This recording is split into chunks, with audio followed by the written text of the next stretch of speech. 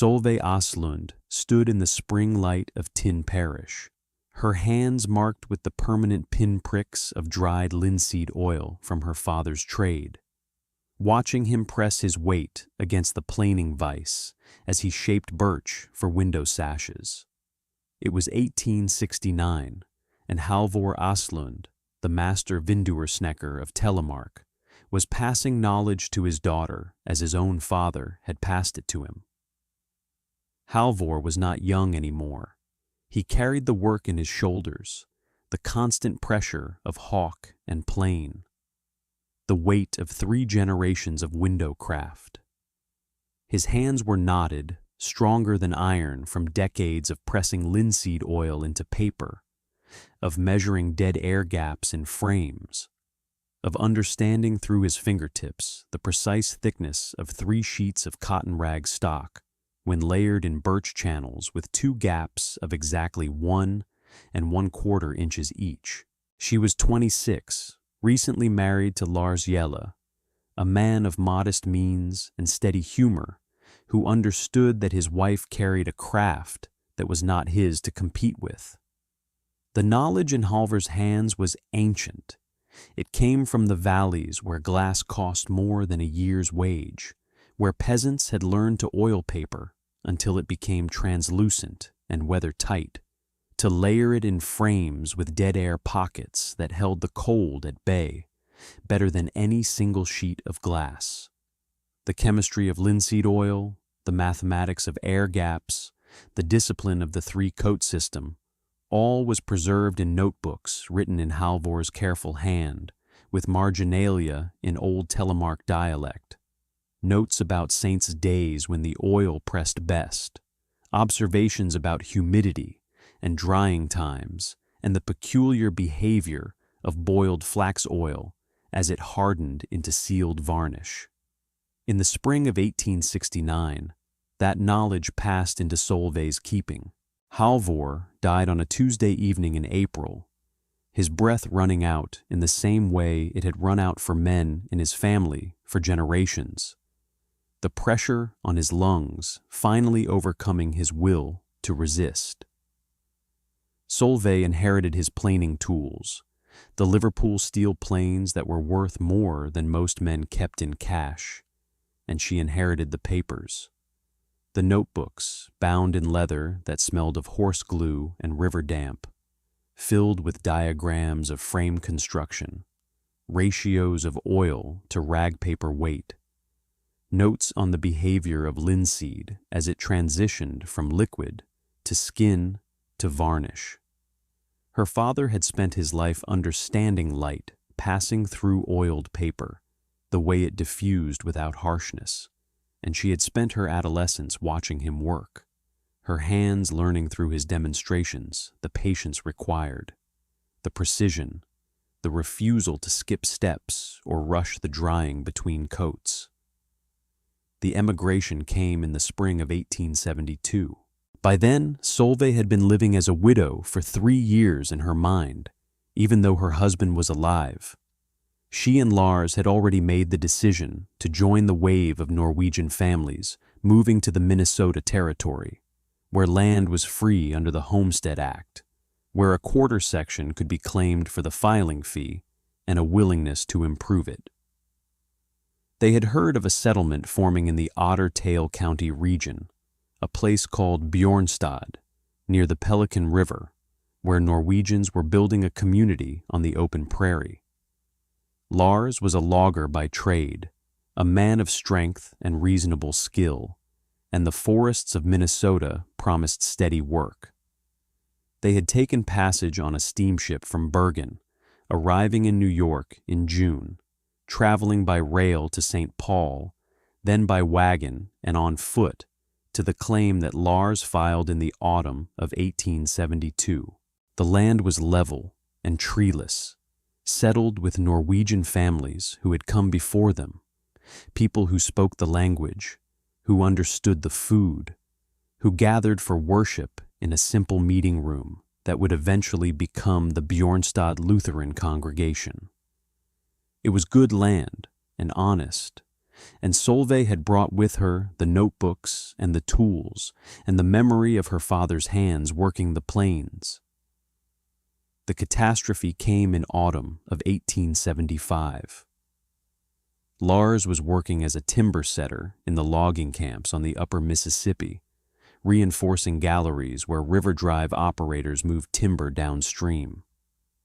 A brace had failed in the September cold, the wood contracting and putting stress on the system. A timber had fallen and struck him. They found him hours later. He was one of 2 men the forest took that season. Solveig was 32 years old at his death. She had no heirs of her own, no man waiting to claim the quarter section that her husband had not yet proved up. But she had a dependent, Astrid, the daughter of Lars's brother, orphaned when his brother was claimed by a fever in the winter of 1874. Astrid was 12, strong-backed, willing to work, and Solveig had taken her in without hesitation. The girl had known grief, and Solveig recognized in her something that she recognized in herself, the particular clarity of purpose that comes when the world refuses to be kind, and you must simply continue. Through the winter of 1875 and into the spring of 1876, Solveig existed in a kind of focused isolation. She maintained the cabin. She kept the land. She worked by hand at the things that would keep them alive through the seasons to come. She had the quarter section claim, which territorial law allowed her to hold as a widow, and she had her skills, and she had her father's tools. On her shelf, the notebooks sat with the edges of their pages stained from 1,000 handlings, the leather covers worn smooth from use. The summer of 1872, the first year on the claim, she had begun the work that would define her life. On a hand-screw press she had constructed from oak and iron, she had pressed flax seed that she had grown in the field northeast of the cabin. The oil came out under pressure, clear and golden, and she had filtered it through muslin to remove the last impurities. She had boiled it in a copper kettle, driving off the water through heat, the process changing the chemical structure of the oil from a light fluid to something that would harden and polymerize when exposed to air, becoming a varnish, a seal, a protective coating that light could pass through. The boiling took hours, and the heat was intense, and the smell was acrid and strong. She had learned from her father's notebooks the precise temperature. She had used a bit of walnut to test the stage of hardness, dropping a cool drop onto a slate surface and reading it by touch. When it had reached the proper hardness, she had removed the kettle from the heat and let it cool. From a mill in St. Paul, operated by Norwegian families who had emigrated before her, she had procured cotton rag paper. The paper was 80 grams per square meter, made from unbleached cotton, the kind that was designed to last centuries. She had cut the sheets to size, leaving ½ inch of overlap on every edge so that when they were pressed into the frames, they would seal completely. The process of oiling had taken weeks. She had warmed the linseed oil in a wide pan until it was hot, but not smoking. She had used a wide badger hairbrush to apply the oil to the first sheet, working it in with circular motions, watching it darken and become translucent, the fibers of the paper visible through the oily coating once it began to dry. She had hung the sheet to dry in the warm room she had built at one end of the cabin, where the heat from the hearth would circulate slowly through the space, drying the oil without scorching the paper. After 48 hours, she had applied the second coat, and after another 48 hours, the third coat. 3 coats of warm linseed oil, each one dried completely before the next was applied, building up a lamination of hardened varnish into the paper itself, making the paper translucent and waterproof and structurally stronger than its original state. The frames were hand-planed from birch, the wood split and aged, worked with her father's planes until each piece was absolutely true and smooth. She constructed them in 3 channels, each channel 1 1/4 inches deep, with a rabbeted lip to hold each sheet of oiled paper in place. The 3 sheets of paper would be pressed into these channels, one above the other, separated by 2 dead air gaps of exactly 1 1/4 inches each. The air was the insulation, the 2 thin layers of still air, trapped and sealed, would hold heat far more effectively than any single sheet of glass. Glass had almost no insulating value, perhaps an R value of 0.85, while her triple paper system achieved an R value approaching 4.2, 5 times better. Glass conducted heat directly from inside to outside, the cold pressing through it as though the glass were nearly invisible. But air, trapped and still, was almost a perfect insulator, and she understood this through her father's teachings and her own experience. The sealing was done with beeswax and pine resin compound, heated until merged, flexible and waterproof. She rubbed this into every joint and corner, pressing it into the wood grain with felt cloth, ensuring complete sealing. By the autumn of 1872, she had completed 6 windows in her own cabin. The effect was remarkable. The cabin was warmer. She could feel the difference immediately in the temperature distribution, the cold no longer pressing through the walls with the penetrating chill that window openings normally permitted. The light that came through the oiled paper was softer than it was through glass, diffused and glowing, as though she were living under a sky that had been filtered through cloud rather than under the harsh clarity of unclouded sun. Glass could transmit light sharply and brutally, cutting like a blade. The oiled paper transformed the light, making the interior of the cabin glow with a luminescence that seemed almost to come from the paper itself. In the evenings, candles reflected through the 3 sheets of oiled paper sent out light that could be seen from a distance, golden and soft, diffused and warm, as though the cabin itself were emitting warmth rather than simply sheltering it. The neighbors noticed. 2 Norwegian families living within a mile of her homestead, the Bjornstad family and the Emigration family, asked her if she could build windows for them. She worked through the winter of 1872 and 1873, constructing frames and oiling paper, installing windows in cabins that had previously relied on thin glass panes that frosted over and permitted drafts. Her work spread among the community. Women gathered to watch her install the windows, seeing how the diffused light made their homes feel larger, warmer, softer. The older women recognized the work. They had seen it in Norway, had remembered oiled paper windows in their own childhoods, before their families had emigrated or before they had been able to afford glass. The technique was old and familiar and newly alive. It was in the spring of 1873 that Pastor Knut Bergersen arrived in Bjornstad. He was a man of 47, sent by the Lutheran Synod to establish a permanent congregation in the settlement. Bergersen was stern and doctrinaire, educated in a seminary in Minneapolis, convinced that the task before him was to elevate the spiritual and moral life of the Norwegian community and to rid them of what he characterized as remnants of old country folk superstitions, practices that he believed had no place in a proper Christian community. He was a man of absolute conviction, incapable of doubt, certain of his ability to read the hearts of his congregation and to know who among them harbored the old ways.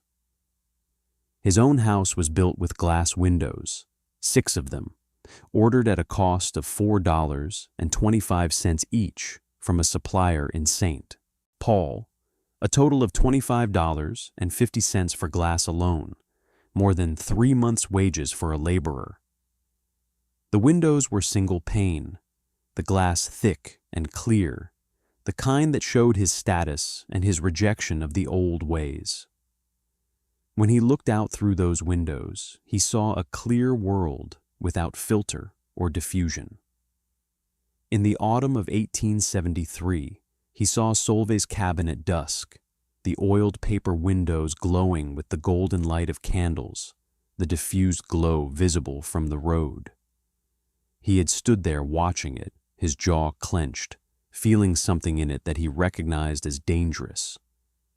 The light was wrong. It was not the harsh clarity that glass produced, but something softer, older, more aligned with the folk traditions that he associated with paganism and the remnants of pre-Christian Norway. He had begun, quietly and with absolute certainty, to label what she was doing as trolldom. Witchcraft. His sermon series began that winter. He preached about the remnants of old country darkness, warning against folk practices incompatible with true Christian belief. He did not name Solveig directly, but the congregation understood. He had seen her father's notebook with marginalia in old Telemark dialect, notes about saints' days and weather. To Bergersen, these were evidence of witchcraft, pagan observances predating the Reformation. He pointed to the pinpricks of dried linseed oil on her hands, marks from pressing oil into paper, and called them the devil's stigmata, the sign of a covenant with darkness. He told the congregation that women bearing such marks should be excluded from sacrament, should not be hired as midwives, and their goods should not be purchased. The pressure began to accumulate. When Solveig was approached to assist in a birth, the husband would consult with the pastor and would politely decline her services. When she offered her honey for sale at the small trading post that served the settlement, the proprietor would explain that he had made other arrangements. The ostracism was subtle but absolute. The congregation had been formed by Bergersen's preaching. They had accepted his explanation of what they had seen, his interpretation of the old notebook and the marked hands. They were faithful people, and they trusted their pastor to understand the spiritual dangers that might face them. In the spring of 1874, Solveig requested a meeting with the church council. Bergersen convened 5 men, the most respected farmers and merchants among the Norwegian families. She came to the meeting with her father's notebook, her hands open before them, showing them the exact nature of the oil marks. She spoke in measured Norwegian, explaining the chemistry of the oil pressing, the mathematics of the dead air gaps, the engineering that made the windows perform better than glass in extreme cold. She opened the notebook and showed them the marginalia, explaining that the saints' days were simply the dates when the weather in Telemark was most favorable for pressing oil and drying paper. Practical observations about climate and work schedule, not religious superstition or pagan observance. She explained that she had learned this work from her father, that it was a legitimate craft with a history of centuries in the Norwegian valleys, that it served the community by providing superior insulation and lower cost than glass. She quoted the performance figures: 5 times the insulation of glass, at 14 cents per square foot versus $4.25 per single-pane window. The council listened. Some of them had oiled paper windows themselves now. They understood the value of the work, but they also understood that to contradict the pastor would split the congregation, would weaken the spiritual authority that had been invested in him. The council chairman, a man named Bjornstad, whose family had been among the first to purchase her windows, asked her if she would be willing to demonstrate the windows during a winter cold spell. She agreed. The council said they would consider the matter, that they would consult further, and that no decision had been made. They did not need to decide, ultimately. The decision that mattered had already been made by Bergersen. If the council would not move against her, then the congregation itself would, through the subtle practice of exclusion that left no legal grounds for complaint, but that effectively isolated her from the community's economic and social life. Bergersen's anger at the council's refusal to act was substantial. He consulted with his wife Margit, a woman of quiet temperament. Margit had visited homes with Solveig's windows, had felt the warmth and noticed how the diffused light felt pleasant. But she was not in a position to contradict her husband publicly. She nodded when he spoke of his concerns and offered support for his decisions. Her private doubts did not translate into action. The winter of 1875 passed without incident, but without reconciliation. The ostracism continued. Solveig and Astrid moved through the community with a kind of invisible wall around them, acknowledged but not engaged, visible but not really seen. Solveig continued her work for the few families who were willing to ignore the pastor's warnings, and she continued to expand her knowledge of the craft, experimenting with frame designs, with different sources of paper, with refinements to the beeswax and resin sealing compounds. She was 32 years old, a widow, dependent on her own hands and her own knowledge for survival and dignity. The work was all she had. She did not allow the rejection to stop her from continuing, but she felt its weight, the constant cold pressure of being labeled as someone who harbored darkness and old ways incompatible with proper Christian faith. Then came January of 1876. The weather began to shift on the 11th of January. On that day at noon, the temperature dropped to 12 degrees below zero. The wind came from the north, from the direction of Manitoba, strong enough to make movement difficult, strong enough to push snow into drifts that formed on the lee side of buildings and fences. By evening, the temperature had fallen further to 25 degrees below zero at midnight. The wind increased through the night, gusting to 40 miles per hour, then to 50. The sound of it like a solid thing pushing against the structures of the settlement. By dawn of the 12th, the thermometer at the trading post read 31 degrees below zero. By noon of the 12th, it had fallen to 38 degrees below zero. The wind was now a constant force, 60 miles per hour, the gusts stronger, the sound of it audible even inside the cabins, a roaring as though the world itself were becoming wind. In Bergersen's parsonage, the 6 single-pane glass windows were experiencing thermal stress beyond anything they had been designed to withstand.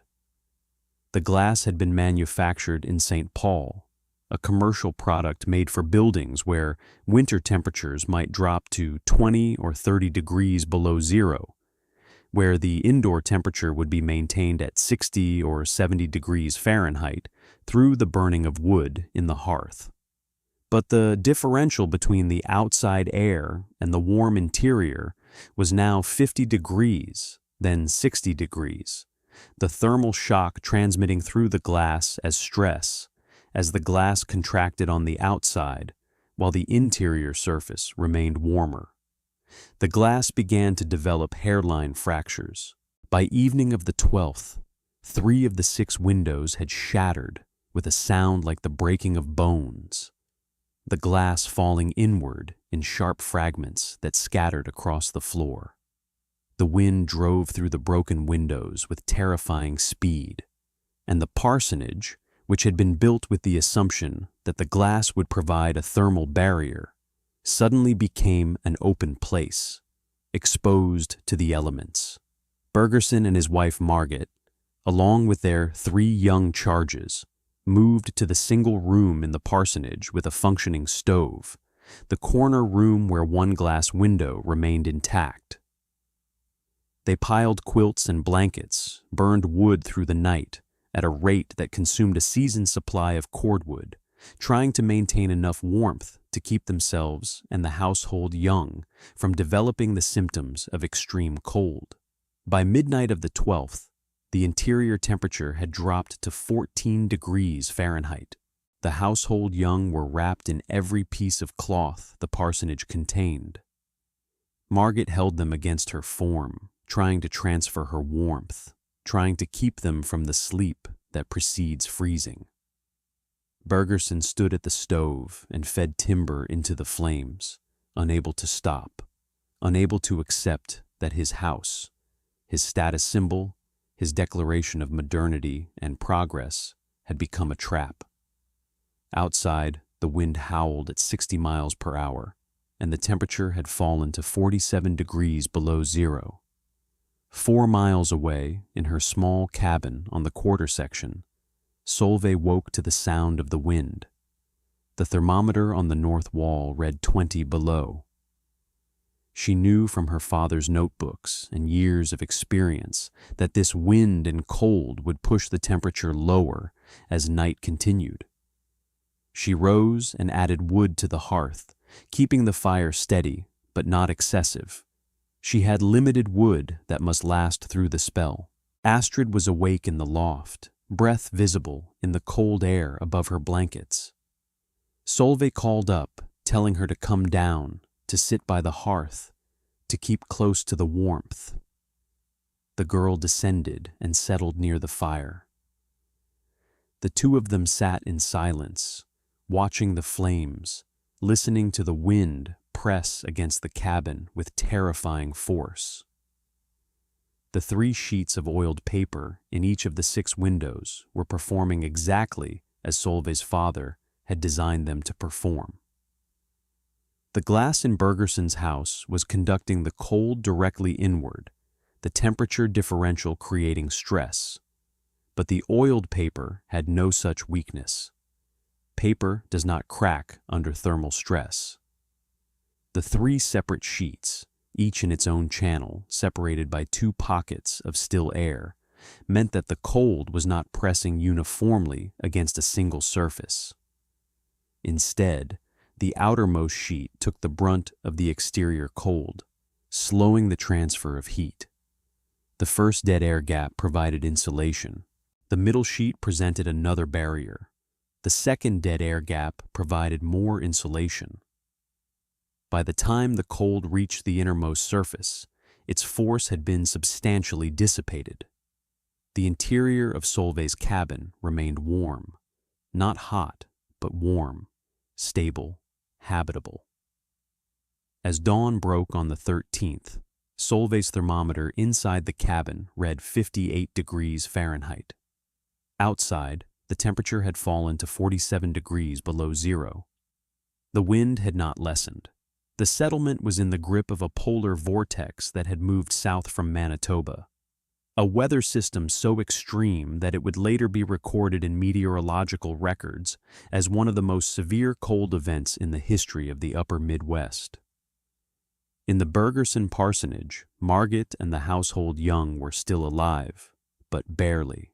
The 2 youngest had taken refuge in the Engebretsen barn, where Solveig's cousin had stored cordwood through the autumn, and where the bulk of the stacked wood provided enough thermal mass to create a space that, though not warm, was above freezing. Margit had insisted on this, had woken in the night, realized that the parsonage was becoming uninhabitable, and had made the decision to move the youngest household young to the barn where they would have at least a chance. The oldest of the 3, a boy of 14, had remained with Bergerson, the 2 of them burning wood in the parsonage stove, trying to maintain some level of habitability. By dawn, both Bergerson and the boy were showing signs of extreme cold exposure. Their movements were slowed. Their speech was slurred. They were losing the ability to think clearly. The cold had penetrated their forms despite the fire, despite all their efforts. On the morning of the 14th, Solveig prepared for travel. She packed spare oiled paper window panels, rolling them carefully in oilskin. She worked deliberately, understanding that moving through such cold was dangerous but necessary. She had Astrid roll 3 panels. She dressed in every piece of warm clothing, wrapped her face in cloth to protect her lungs, and told Astrid to remain in the cabin by the fire. Astrid, now 16, nodded and took her position by the hearth. Solveig walked 4 miles into Bjornstad, into the wind, into the cold that was 50 degrees below zero. Wind gusts strong enough to push her sideways, cold brutal enough that her breath froze as it left her mouth. She moved with purpose, not hurrying. Hurrying would exhaust her and cause her to overheat, which in extreme cold would take her faster than cold itself. She focused on the next 100 yards, then the next, moving steadily through the white world toward the settlement. It took nearly 3 hours to walk the 4 miles. Her fingers were numb. Her face was numb. Her lungs burned, but she arrived with the 3 panels intact, rolled in the oilskin, her mind clear despite exhaustion. She went first to the Bergerson parsonage. The pastor was nearly unconscious when she knocked on the door. The door was frozen shut, and she applied steady pressure to force it open.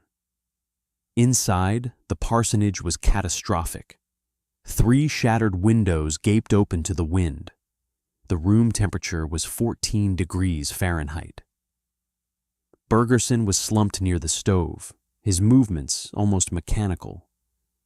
The boy was lying on a cot, barely conscious. Solveig moved immediately into action, her mind clear despite exhaustion. She began installing the oiled paper panels in the broken windows, working with numb fingers in the brutal cold. Bergerson's eyes were on her, watching her work, beginning to understand what she was doing, understanding the magnitude of what he had rejected and denounced. By mid-afternoon, the 3 windows were installed. The interior temperature began to rise immediately. The barrier of 3 sheets of oiled paper with dead air gaps blocked the wind and slowed the hemorrhaging of heat. By evening, the interior temperature had risen to 25 degrees Fahrenheit. It was not warm, but survivable. Bergerson remained near the stove, and by morning of the 15th, when the worst of the cold had passed, he was able to move more normally, his mind clearing as his core warmth stabilized. He had watched Solveig work. He had watched her install the windows with precise and rapid movements, had seen that she knew exactly what she was doing, that the installation was skilled and professional. He had understood, in the most fundamental way, what his daughter in the Engebretsen barn had already understood, and what Margit, pulling quilts around 2 small figures in a cordwood structure, had come to understand. The oiled paper windows had saved his life. Glass had failed catastrophically. The tradition that he had called witchcraft, the old country craft that he had spent 18 months denouncing from his pulpit, that he had called the devil's work, had been the only thing standing between his family and death by freezing. By the 16th, when Solveig returned to her cabin and found Astrid tending the hearth, the parsonage was warming. Bergerson had moved through the settlement, had gone to the Vik family on the South Road, had been informed that one of the parents had not survived the bitter night. The cold had penetrated their glass-windowed cabin, and despite everything they could do, the frost had claimed a life. The funeral would be held when the weather allowed, after the vortex had passed, when the temperature had risen enough for the ground to become workable. 2 days later, when the temperature had risen to a survivable range and the wind had diminished to normal winter levels, Birgersson walked to Solveig's cabin. His hands were trembling as he knocked on the door. When she opened it, he did not apologize in words. But his eyes, when he looked at her, were the eyes of a man asking forgiveness from a height he could not measure. He asked her to install 3 triple-pane oiled paper windows in his parsonage by Sunday. She agreed. He asked her to teach the congregation the technique, to share the knowledge freely so that other families could protect themselves. She agreed to that as well. And Birgersson promised that on Sunday, after the funeral service for the lost Vic family member, he would preach a sermon about the true meaning of the word trolldom and how he had been profoundly and dangerously wrong in his interpretation of Solveig's work. He would tell the congregation that what he had called witchcraft was instead a legitimate craft, a tradition born of necessity and refined through centuries of practice, a technique that had protected them and proven its value in the most extreme circumstances imaginable.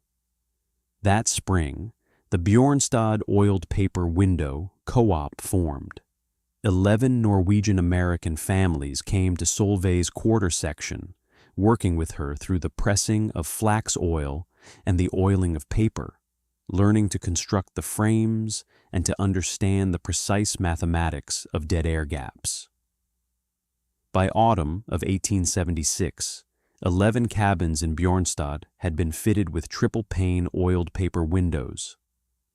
Others joined in the years that followed, and the technique spread across the upper Midwest. By the 1880 census, Bjornstad had the lowest winter mortality rate in Otter Tail County. The oiled paper windows, now installed in every substantial building, transformed how the community experienced brutal cold. What had been folk superstition was recognized as superior technology, proven by the winter of 1876.